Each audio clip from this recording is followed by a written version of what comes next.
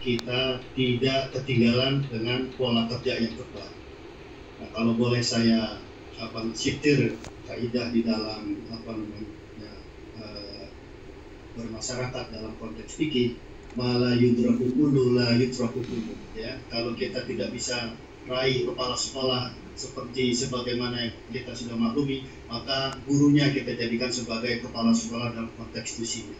Insya Allah dengan seperti itu, saya yakin guru akan merasa bahagia karena posisi mereka betul-betul bisa mengetahui alur bagaimana mendesain suatu pendidikan, mendesain suatu institusi menjadi terukur dalam capaian tertentu.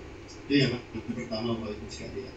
Yang kedua, setelah kita mengetahui alurnya seperti itu, sudah beredar baik di APSI maupun di madrasah, yang ternyata aplikasi ini sudah begitu baku seperti itu, maka kita sebagai pengawas PAI akan menjadikan aplikasi tersebut sebagai turunan, cuma kita kaitkan dengan konteks keagamaan.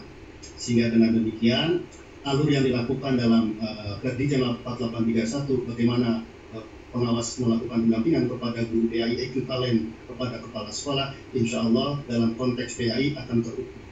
Sehingga dengan demikian Bapak Ibu bisa meracik sendiri setelah mendapatkan materi dari para narasumber.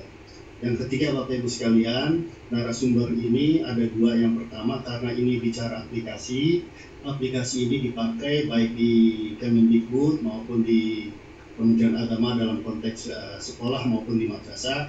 PAI juga melakukan itu. Tentu ini menjadi hal yang baru. Karena barang ini adalah barang baru, maka perlu di launching. Launching ini dalam rangka menarik perhatian Bapak Ibu sekalian. Ayo kita beralih pola kerja kita yang lama berdasarkan menuju kepada pola kerja yang terbaru. Nah, karena pola kerja yang baru ini berdasarkan pada aplikasi, maka dalam konteks inilah akan disampaikan terkait dengan bagaimana cara operasional aplikasi dan bagaimana jalan kerjanya, siklusnya seperti itu. Mudah-mudahan Bapak Ibu bisa melakukan dan menambahkan ketika ini menjadi alternatif dari Pokjawas PAI. Yang terakhir Bapak Ibu sekalian, aplikasi ini insya Allah akan berlanjut kepada BIMTEK pada pertemuan-pertemuan berikutnya. Karena itu, dalam kegiatan ini insya Allah Pokjawas selalu mengeluarkan yang namanya bukti atau eviden untuk dijadikan sebagai eviden di EKIN Bapak Ibu sekalian, yaitu sertifikat dan materi. Nah, karenanya nanti di dalam akhir kegiatan ini akan di-share absensi, yang di sana